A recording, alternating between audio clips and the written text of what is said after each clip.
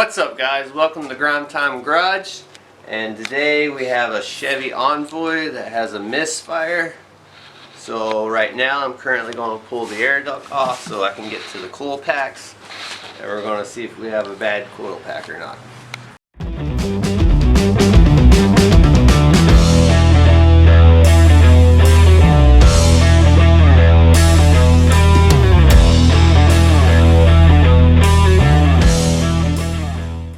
So now that I have the air duct off, what we're going to do is check these coil packs right here and see if one of them's bad and it's causing a misfire. So right now, I'm taking the clips out of the plugs. That way I'm going to fire it up and then unplug one at a time to see if one makes a difference in the misfire or not.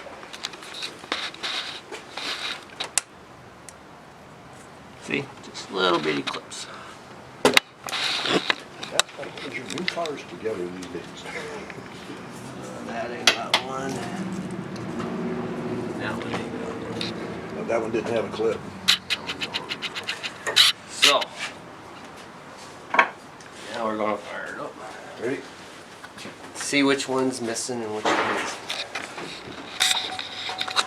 So blurry.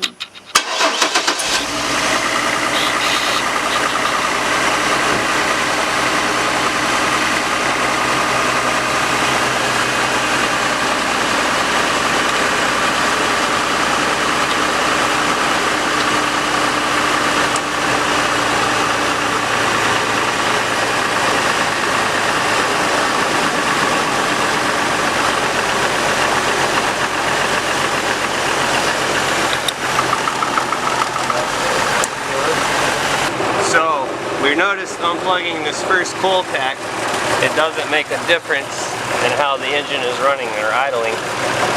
See? So that's the one that is misfiring. So we'll change this coil pack. These coil packs have a screw that holds them down in place. So I'm taking the screw loose. I'm going to unplug it again. Try to.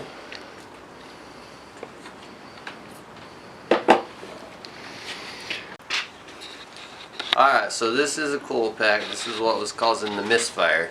What this does is it receives a signal from the computer telling it to send fire down to a spring here to your spark plug, telling it which cylinder to fire. So obviously there's something wrong with it and it's not sending fire to the plug, so that's where the misfire comes in. But you can change these boots, and you see they have springs in them.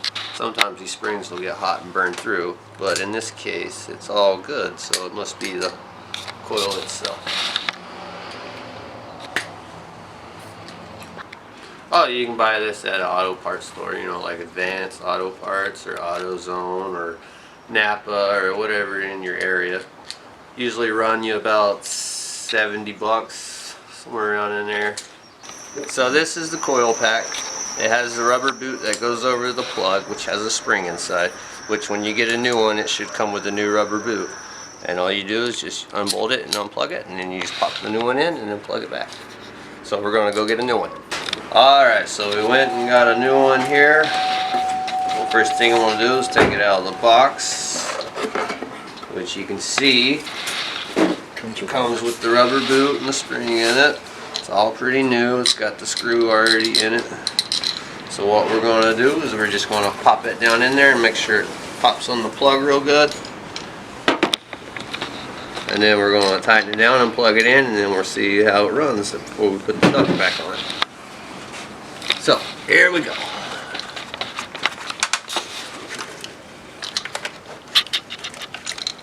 Yeah, make sure it's on there good.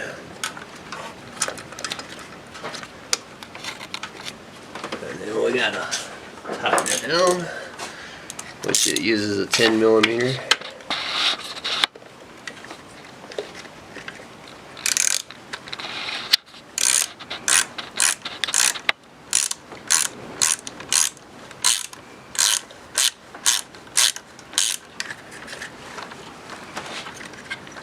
Which is being stubborn.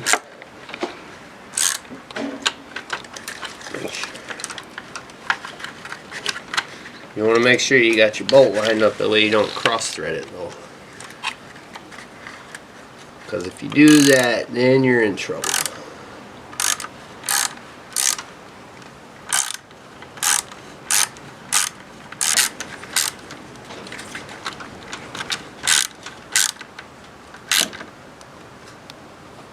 So we got that good and snugged up. And now the harness back down and then we plug her in.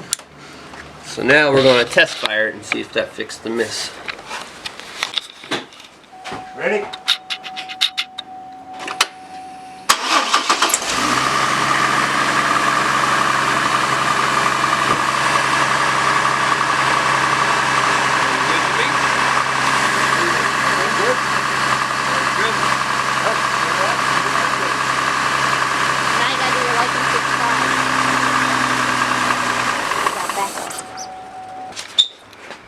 Alright, so now we slap it back together, we put the air duct back on it, get all the vacuum hoses plugged in, and then we'll be good to go.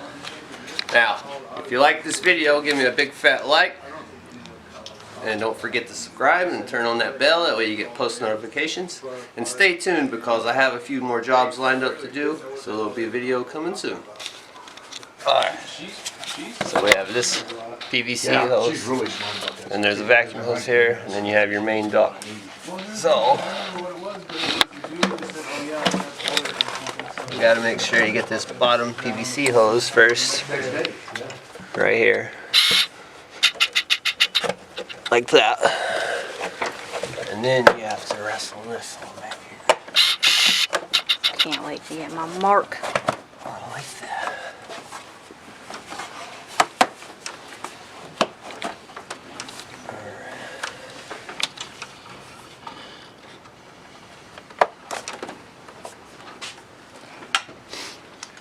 And now you just tighten up the clips.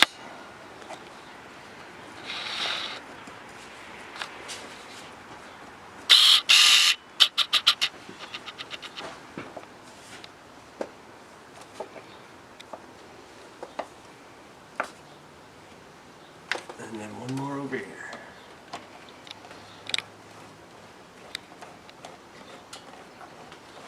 It's got a hitch on. Yes. Does?